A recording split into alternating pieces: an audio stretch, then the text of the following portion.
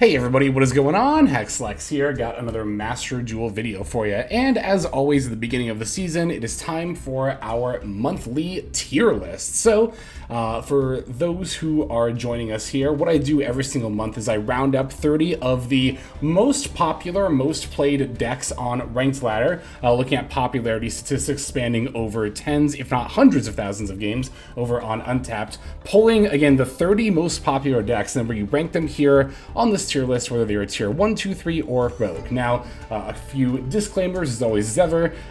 Just because a deck is not one of these 30 here doesn't mean it's any worse than anything else here or that it's not worth playing. In my opinion, there's probably well over 100 different decks in Master Duel that I would consider to be at least Rogue tier, and what I consider to be at least Rogue tier is a deck that with enough dedication and time, not even that much necessarily, can very easily with the right pilot make Master, if not Master 1, or sneak in a tournament top cut finish. And again, there are a lot of decks out there that are very capable of that. There's a lot of players that'll try to say, nope, you can only use one of the 5 best decks in the format, and that's the only thing that can ever do well.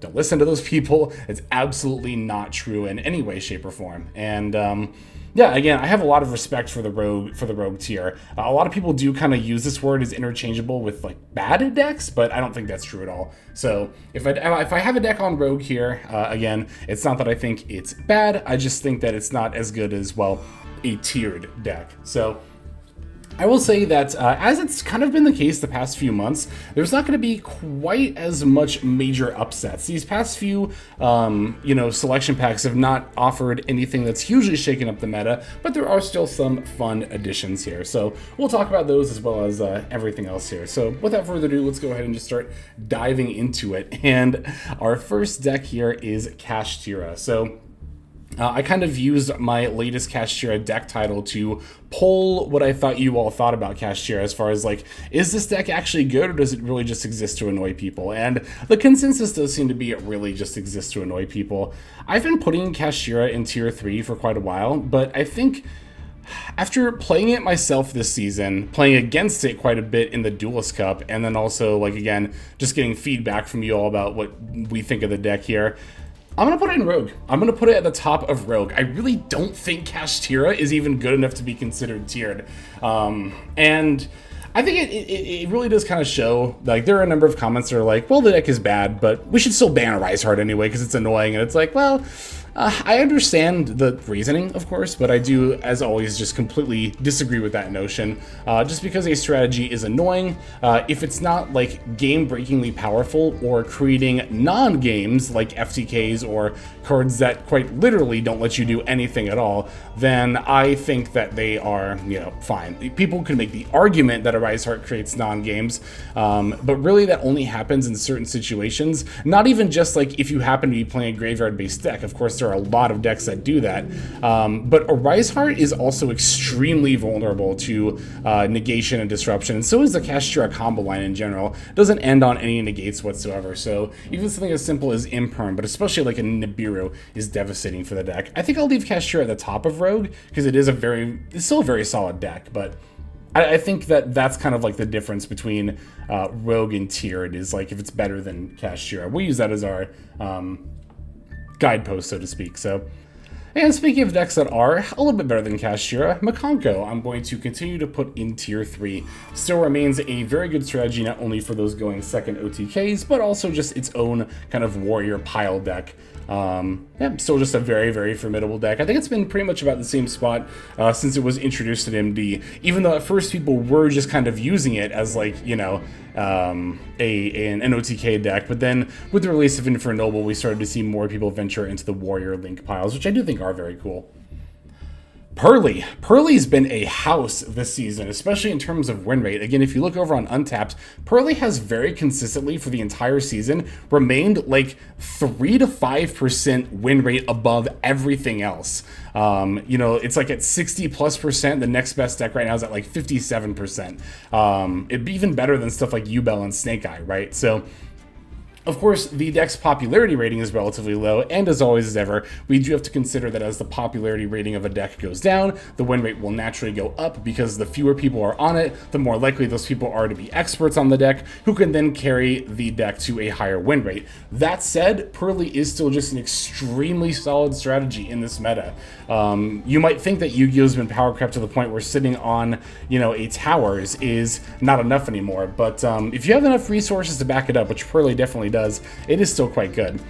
I'm still going to put Pearly in tier 2, even though it's had the highest win rate. I don't think that means it's like the best deck of the format, but this might just be the best tier 2 deck of the format. Pearly is, as always ever, just extremely solid.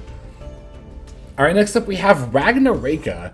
I decided to kind of lump, because you see Ragnaraka not only as its own deck, but we see some of the cards in Trap Tricks and then some other plant decks. I will still talk about Rika-san Avalon as its own separate deck here, but this is going to cover like pretty much all of the Ragnaraka variants in general. And we have seen the Ragnaraka variants experience a decent bit of success. Of course, when a deck first comes out, the popularity of it tends to spike as, a lot of people want to play with the shiny new toy. And some people will kind of say that this falsely inflates a deck's power level by how overrepresented it is. And I don't know that I necessarily agree with that, because like even if a deck is overrepresented, right, it's still having to face off against, all of the top decks of the meta, right? Like those people who are out there topping tournaments or getting Master 1 with like a Ragnaraka variant aren't necessarily always just facing off against weak opponents. They still have to beat Yubel, they still have to beat Fire King Snake Eye, whatever, else people are scared of. So I am going to put Ragnaraka in Rogue. I think the Ragnaraka variants are like probably mid-Rogue. And I will say that Ragnaraka was kind of the only deck from the new pack to get popular enough to be featured. Ancient Gear came pretty close, but I don't think it was quite popular enough to make the cut here. If I were to put Ancient Gear on this tier list, I'd probably put it a little more towards lower Rogue. But again, of course, lower Rogue does not mean it's a bad deck. It just means it's not quite as competitive as everything else here. That said, I do still think that moving forward, even past the initial deck hype, right? Like if somebody picked up a deck like Ancient Gear and just was dedicated enough to learning it and playing it well, they could very easily get Master 1 and still top tournaments with it.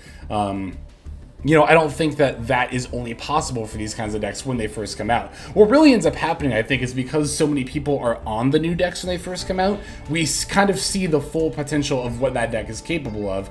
It's just that as time goes on, less and less people play it, and then, it just kind of becomes forgotten about, so. Runic I have here, this is mostly Naturia Runic from what I can tell, just looking at the breakdown here, but it does seem like some Runic Stun stats are kind of blended in there as well. I'm gonna put Runic, a little bit lower than Ragnaraka, but I'd still probably put it like mid to lower Rogue in about the same overall spot of the Rogue section of the tier list here. I've said it before, I'll say it again. Fountain to 1 is brutal with literally everybody on SP. Well, of course, not literally everybody, but the card's got what, an 80+% popularity rating, according to the official in-game Master Duel stats. So, like, yeah, when 4 out of 5 opponents are going to have SP to banish your one Fountain, it's hard out there for Runic. I really do think they should just get a second Fountain back, but I know that's also not a very popular thought.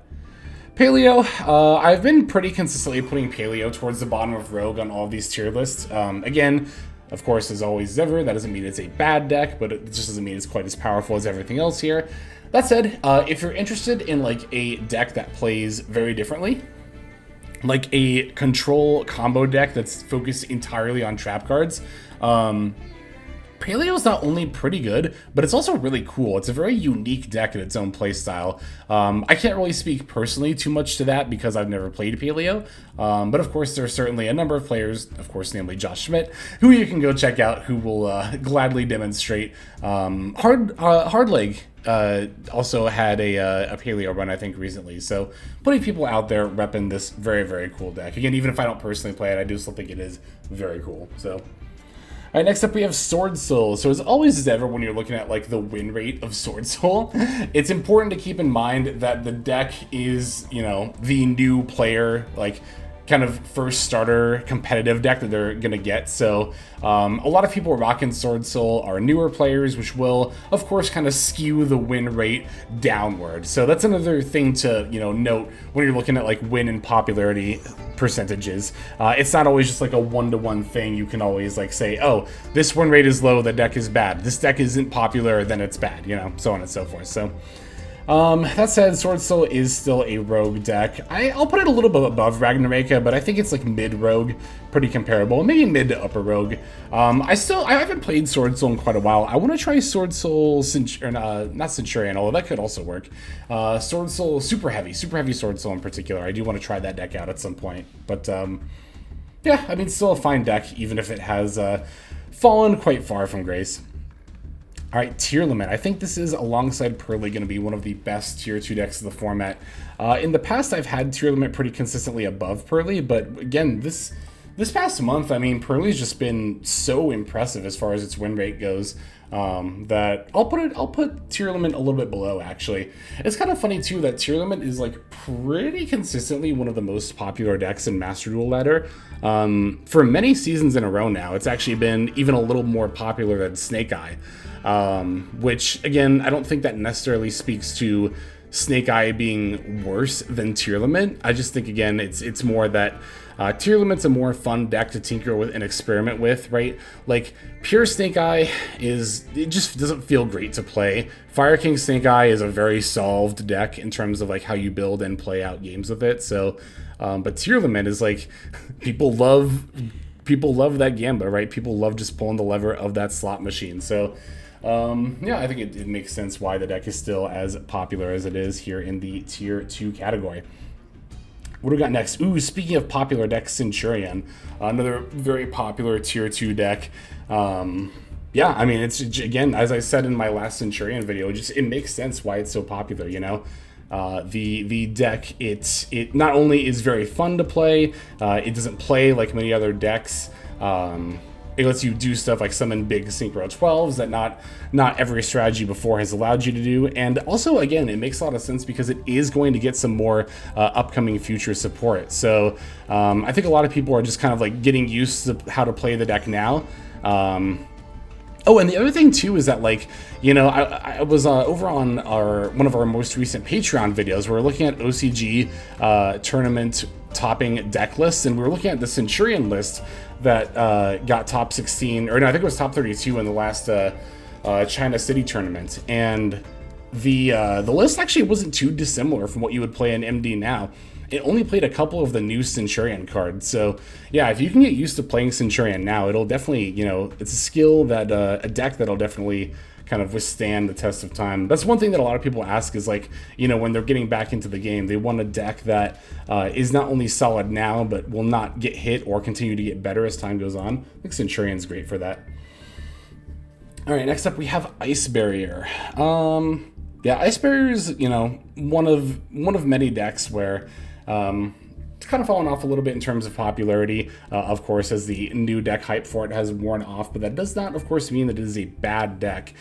In fact, I actually just very recently played Ice Barrier, and I think we're going to see that for tomorrow's video. So it's a very fun deck, and it's still very solid, capable of getting wins. If it goes first and you have the Revealer, it's actually pretty easy to win from there. The end board doesn't look like a lot, but it does a lot, which is very good. And it has a lot of extenders too, so I think it's mid-rogue. I'll put it about the same level as like Ragnaraka, but yeah, again, it's one of those decks where just because you see the popularity falling off doesn't mean that, like, okay, so Ice Barrier is bad. It's like, no, that just means that people aren't playing it, but still a very solid deck in its own right.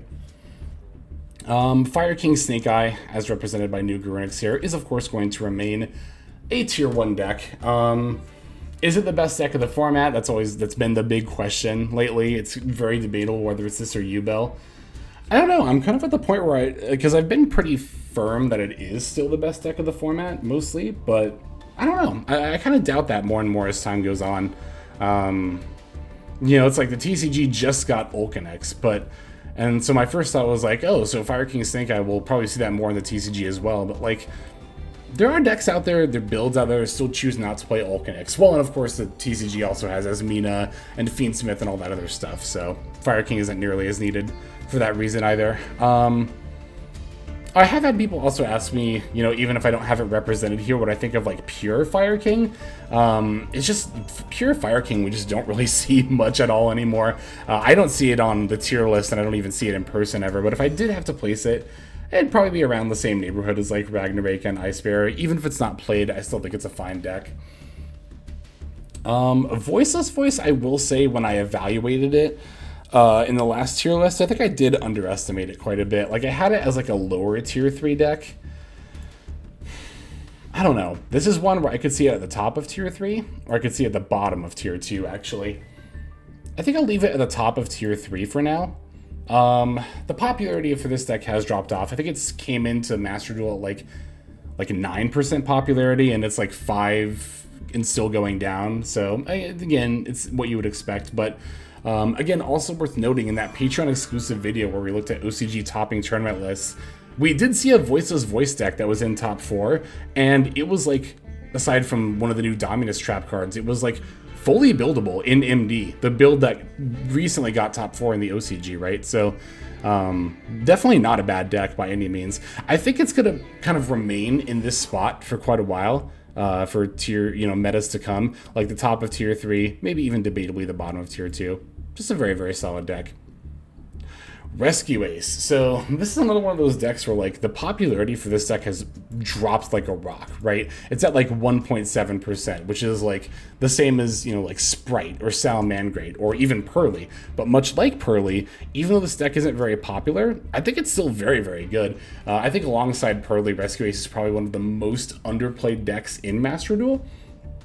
I've even had it in tier 1 in a relatively recent tier list. Do I still think it's there now? I don't know. I think nowadays I'd be more willing to put it down in tier 2, maybe even a little below Pearly. I think these two decks are pretty... I mean, to be fair, these 3 decks are all pretty comparable in terms of power level: Pearly, Rescue Ace, and Tear Lament. But Rescue Ace, I think if we had the popularity to back where I feel the power level of the deck is, we'd see enough results for it that we could potentially put it in, like, tier 1, you know? So... but only time will tell. We'll have to see. Rescue Ace might be one of those decks that just kind of naturally falls off, but will still be good. Like Sword Soul was for a long time. You know, when Sword Soul was like making its fall down to tier 2 and even into tier 3, it was still a very, very good deck in those formats. It's just that less and less people were playing it as time went on, right? So I suspect maybe the same thing will happen to Rescue Ace. We'll have to see. Monodium, where do I want to put Monodium? I think I'm going to put it in tier 3, and I think I do have to put it below Voiceless Voice. Even though I do like Monodium, you know, more as a deck, I do have to say that Voiceless is, I think, the better deck. Monodium is just like, it can be rough when you get hand trapped, right? I think that's more rough than going second. In the past, I've said like, oh, going second is what's brutal, but you do have the Vicious Astrolabe to kind of help you pick apart boards. I think it is more just the hand traps or just getting negated in general that is a bit more of an issue there, but still a pretty solid deck. The thing is, the problem with Monodium and why the popularity is going to remain low is that even though the deck did finally get a secret pack, it's excuse me, it's still crazy expensive to build, and like, I don't know, Centurion is just kind of like better. If you want like a meta relevant synchro based deck, like Centurion is a little bit cheaper and just better. Which of course, you know, that's not to say Monodium is bad. It's just like, you know, spending more to play this slightly worse synchro deck. I understand why more people don't go for it. Again, even though it does have a secret pack now. Next up, we have Sprite. At the beginning of the season, Sprite had one of the highest win rate, you know, percentages of all the decks. And while it's kind of fallen off a little bit, it's still hanging in there. It's like still 53 to 55%, hovering around in that range. So I think for that reason, I'm going to continue to put Sprite as a tier 3 deck, a little bit above Makako. Not too much, but yeah, I mean, just that Nightmare Throne. Nightmare Throne was such important support for the Sprite deck, just making that Dark Beckoning Beast just so much more consistent, and getting to play the Phantom of Yubel in Sprite is also definitely not bad either. So yeah, just a very, very good deck. I'd love to see a Sprite Renaissance. We love to see it. Stun, I notice, has kind of been falling in both popularity and win rate a little bit as time goes on, just like naturally. It kind of like waxes and wanes, right, when it comes to Stun. We see it a little more often in Duelist Cups and stuff like that, but I still think I'm going to put Stun Yeah, I'll just put it down here. It's pretty comparable. I mean, of course, I kind of lumped the Brunic Stun and Naturia into one here, but I think in terms of both power level and how it plays, it's pretty similar there. All right. Yubel. I'm going to continue to put Yubel above Fire King Snake Eye, and I think I might actually be at a point in this meta where I do genuinely believe it's the better deck. It's been very consistently more popular. I think even as it's dropped, it's still like around 11-12% popularity rating, whereas Snake Eye is like 8-9, and that's lumping Pure and Fire King together, but I will talk about Pure Snake Eye separately in this tier list. But yeah, Yubel just continues to perform very well. The thing is, like, I don't know. Again, I was so excited for this deck when it first came out. I thought I was really going to like it, but it's got a very samey gameplay loop. I think whether you play with or against it just kind of feels like you're doing the same thing over and over again to an extent. And like, yeah, of course it's going to happen when you play against like any number of meta decks as they're, you know, more popular and relevant. You're just going to see them more and more, and it can kind of just feel repetitive at some point. But I don't know. I still think that I still think it's probably just better than Fire King Snake Eye at this point. Not by much. They're very, very comparable. But I think for a long time, I and a lot of people just assumed Fire King Snake Eye was the better deck because it's Snake Eye. It's got to be the best deck, right? No, not necessarily. Certainly, we've seen as Ash and Poplar got limited in the TCG, right? And the first TCG results under their new list are coming in. We're seeing a lot more Yubel topping over there than Snake Eye. And there were so many people who were convinced that the banning of Flambridge is what was necessary in order to finally take down Snake Eye for good. But no, as I've always said, I don't think that's necessary. I think Snake Eye is being reined in just fine in all formats here. But we'll have to see as time goes on. Super Heavy Samurai. Now that I have more experience playing with this deck, not only as its own thing, but with a lot of variants, I feel like I have a better grasp of how I feel about Super Heavy Samurai. And I do think that it tends to make a better engine than its own deck, especially with the Soul Piercer limit. But I think both as an engine, as variants, and its own deck, I'm going to put it, like, I'm actually going to put it pretty high in, relatively high in Rogue. I don't know, I think Sword Soul, I think I might leave it a little bit below Sword Soul, just because I think Sword Soul is a lot more low to the ground and therefore consistent in its gameplay loop, but Super Heavy Samurai is of course vulnerable to a lot of hand traps. That said, if you are able to play through or negate those hand traps, you do end up on an extremely powerful board. Pendulum decks, I'm going to leave, you know what, I actually put them a little bit higher on Rogue, I think, than Sword Soul. They are still capable of some pretty explosive boards. It's very sad the state of Pendulum and TCG right now in particular, right? Because not only is Electromite banned in the TCG, but so is like every generic end board card, which kind of gives Pendulum nothing to go into. Pendulum is just one of those decks where it suffers from that, you know? Even if they had Electromite in the TCG, like, what are you supposed to end on in a Pendulum deck if you can't end on Apo or Baron or, you know, any of that kind of stuff? It's, yeah, but here in Master Duel, where you do still get to have all that stuff, we do still see the Pendulum Magician decks with quite a bit of success. Yeah, Vanquish Soul is one of those decks that just keeps slipping down and down in terms of, like, popularity rating. I'll put it, like, I think it's very comparable to Makonko. I don't know. I'm going to leave it a little bit above just because I like the deck a little bit more, but I think in terms of both popularity and power level rating, it sits right with Makonko at the bottom of Tier 3. I think it's just another one of those decks that's a little bit on the expensive side. Not as much as, like, Monadium, but it's a little bit on the expensive side, and while it is a very fun control deck, it's, like, still kind of like getting very slightly power crept out of the format as time goes on. I mean, there was a point in time where Vanquish Soul was like debatably tier 1, and then now we see it sliding closer and closer to Rogue. A theme we've seen pretty consistently over these tier lists with a lot of different decks. So Yama is here to represent Unchained. Unchained, I feel, is actually kind of going the way of Super Heavy, and I'll even put it down here next to Super Heavy in terms of like how good I think of a deck it is.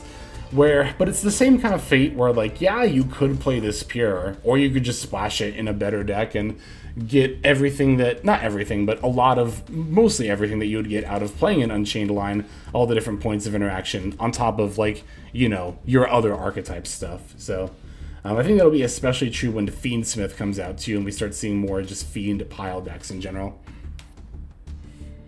All right, Salamangreat, I'll actually put even a little bit above Sword Soul. We actually saw Salamangreat get some representation even in the World Championship recently, which was very cool to see. But I do notice also, again, on Patreon, when we look at like OCG topping lists, that Salamangreat, and actually this happens CCG side too, you'll see a Salamangreat list crop up like every now and then, very often in tournaments, which I think is cool.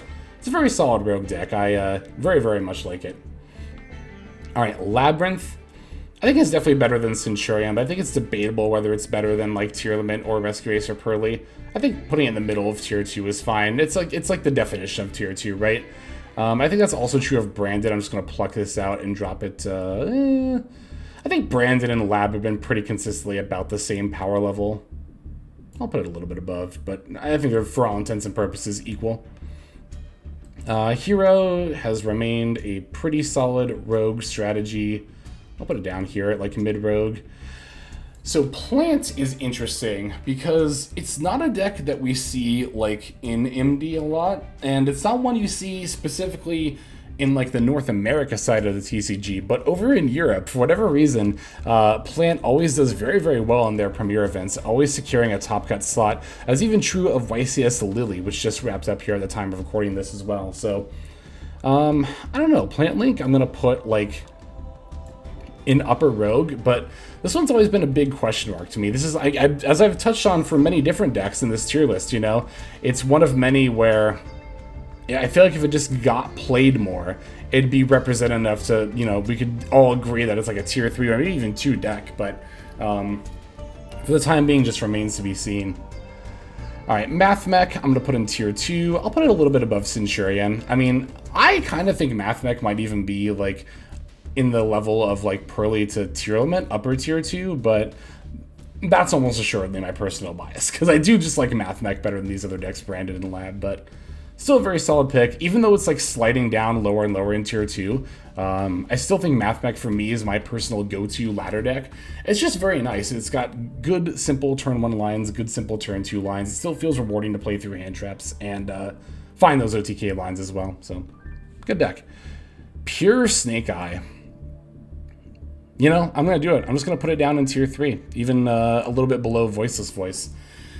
I've been having it at the bottom of tier 2, but as time goes on, I just struggle to see, like, I mean, of course, if you just want to play Pure Snake Eye and not play Fire King, that's always valid. And of course, there are things that Pure Snake Eye can do that the Fire King variant doesn't. But for me personally, from my point of view, the more time goes on, the more I ask, like, why would you play Pure Snake Eye in Master Duel when Fire King Snake Eye is a thing? Now, of course, when Fiendsmith and, well, we'll see if Beatrice gets pre-hit or not. When Fiendsmith and Azabina stuff comes out, then there does become more incentive to play, you know, Snake Eye cards without Fire King. But for the time being in Master Duel, in the current format, I just struggle to see a reason. Like, the Fire King cards add, like, more robust combo lines and their own combo lines, and that adds more consistency. Whereas Snake Eye, you kind of have to go all in on the line and kind of hope that that's enough. And even as time goes on, I think as more people get experience playing against Snake Eye, and of course as the power level of the overall format rises, the pure Snake Eye end board looks less and less threatening as time goes on. Not that it's bad, it just is, you know, not as scary as when the deck first came out, so. Dragon Link has been a very recent re-addition to the tier list. Of course, it's been kicking around here at Rogue level without the Wyver Burster, but not quite represented enough to really make the cut. But now that the Wyver Burster is back, it's been very, very, very much in a renaissance here. I'm going to put Dragon Link in tier 3. I'll put it a little bit above Monodium, but I think Dragon Link, Monodium, and Sprite are all pretty comparable in this section of the tier list right here. And then there's Flaunderies, who has constantly kind of just been hovering, I think, between tier 3 and Rogue. I don't know if it's quite a Rogue deck. I think I'll call it tier 3. I think I'll even call it a little bit better than Makonko. I think if M-Pen came back to 3, it wouldn't even really move Flaunderies' spot here on the tier list by very much. It might move up to like this range, but so yeah, the deck could definitely have more cards back. It's definitely far from being OP in this meta. All right, so there we have it. There is our tier list for season 34. Definitely let me know what you all think in the comments below. Always interested to hear from you, as long as we're not being rude about it. You know, the discourse is nice. I'm not saying you have to agree with me. In fact, I like engaging with, you know, people who kind of disagree on exact placements and give good reasoning for it. Again, that discourse is fun, but the rudeness is not. So as long as we're not rude about it. But anyway, yep, I think that's going to go ahead and do it for this one. Let's just move to our outro. Hey everybody, Hexlex here. Just want to give you a huge thanks for watching all the way to the very end of the video. Believe it or not, that is actually one of the best ways that you can support the channel, is by watching the videos in their entirety. But there are many ways in which you can support the channel if you are so interested. The names that you're seeing on screen here, I gotta give an extra special thanks to, because these are people who have chosen to either become a member on YouTube, which if you're interested you can do as well via the join button next to the subscribe button down there, or have signed up over on Patreon and become members there. Link to that is going to be in the description below. Without the support that is being offered by, again, all the people that you're seeing on screen right here, I would not be able to take the time to dedicate to uploading daily YouTube videos. So thank you so very much. But there are also other ways you can support as well. Again, link to the description below. If you like my deck tracker that you'll see in a lot of my videos, the Untapped Companion, you can download that for free, and if you use my affiliate link down there, then that also goes a long way towards supporting the channel. That's, again, free. So is subscribing here on YouTube. That's also free and a huge way to support.